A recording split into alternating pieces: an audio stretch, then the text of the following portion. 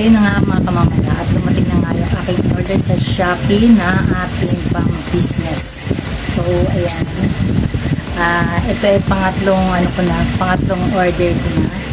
At ngayon ay ipapakita ko sa inyo yung dumating na parcel sa akin, yung DIY na dishwashing liquid na ating ititimpla. At andito na nga siya, guys.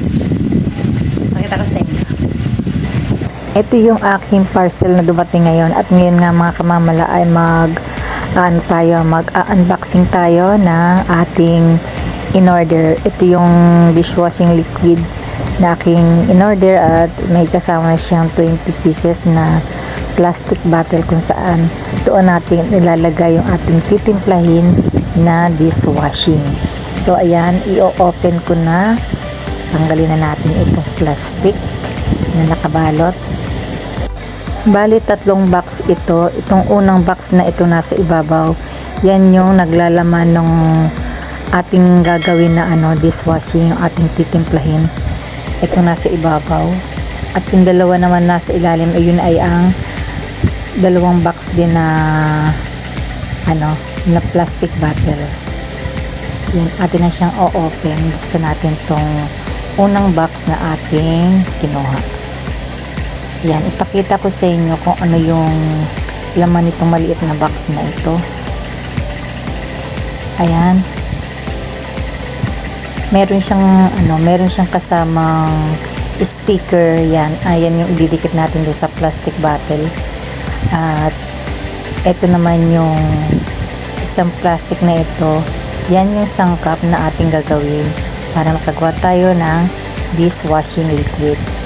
Ayan, guys.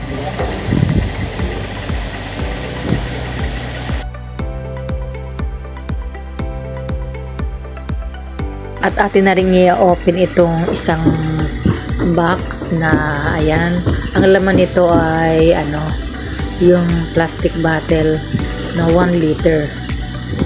Ito yung isang box na to. Ang laman nito ay ito, 10 pieces yan. Ang isang box ay 10 pieces.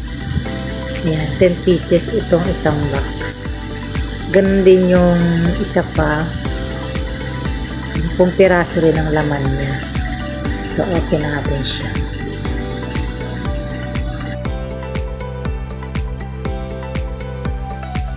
Eto guys, 10 pieces din yan. Tapos nandirito yung 20 pieces na takip ng plastic bottle.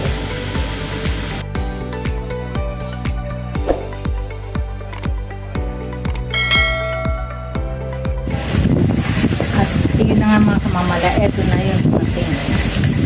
Ayan, papakita ko sa inyo. Eto, meron siyang free na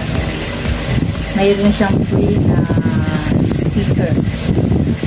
Ayan, free sticker, 20 pieces. 20 pieces to, yung sticker.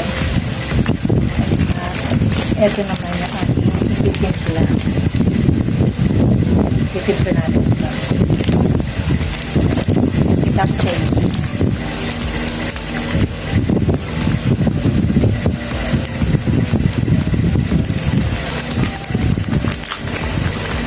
Pakita ko sa inyo.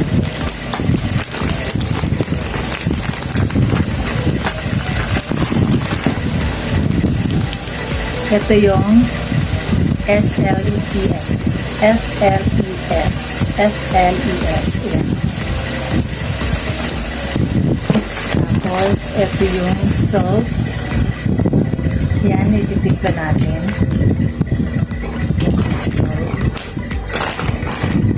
At, ito yung dish freezer. Yan. Para sa selo. At ito naman yung 9 component mix.